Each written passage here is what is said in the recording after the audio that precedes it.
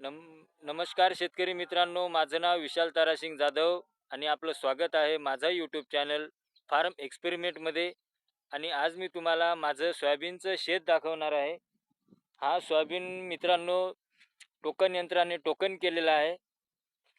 आणि खरी गोष्ट सांगायची म्हणजे माझी लायकी नव्हती, माझ्या वडिलांची पण लायकी नव्हती की आपण यावर्षी शेतात सोयाबीन टाकावं किंवा कोणतेही पीक टाकावं म्हणून.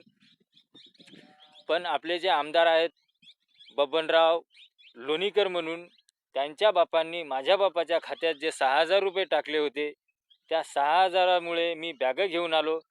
आणि जे त्यांच्याच बापांनी माझ्या लाडकी बहीण, माझी आई आणि माझी बायको यांच्या खात्यात जे 1,500 रुपये महिन्याला टाकले होते, त्या 1,500मुळे मी 2 टोकन यंत्र घेऊन आलो 5-5 हजाराचे. म्हणून हा तुम्हाला सगळा सोयाबीन दिसत आहे या शेतामध्ये. नाहीतर आपली ऐपत नव्हती की आपण शेतामध्ये काही टाकाव, पडीत राहायची बाजू होती. पण मला एक गोष्ट सांगायची आहे मित्रांनो, जर बबनराव लोणीकरांच्या बापांनी माझ्या बापाच्या खात्यात 6,000 रुपये टाकले म्हणून माझी आज पेरणी झाली, तर माझा बाप एका वर्षातून कमसे कम 125 ते 150 क्विंटल सोयाबीन काढतो. जर यांचा हिशोब लावला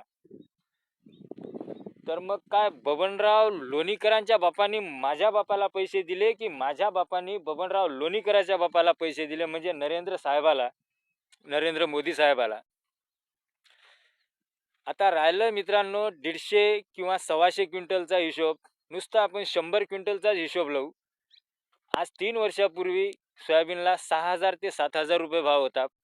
आणि या 3 वर्षापासून ज्या वेळेसपासून पंतप्रधान सन्मान निधी हा वर्षाला 6,000 रुपये ही निधी निघलेली आहे, तेव्हापासून सोयाबीनला नुसतं 4,000 रुपये भाव आहे.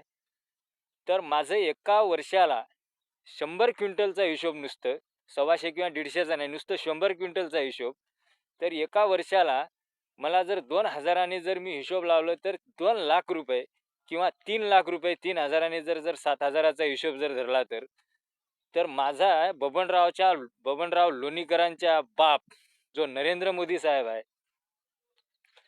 त्यांच्याकडेच माझे 2,00,000 वर्षाला किंवा 3,00,000 वर्षाला फिरतात. तर हा सगळा हिशोब त्यांना समजत नाही का की कोण कोणाला देऊन राहिलं ते.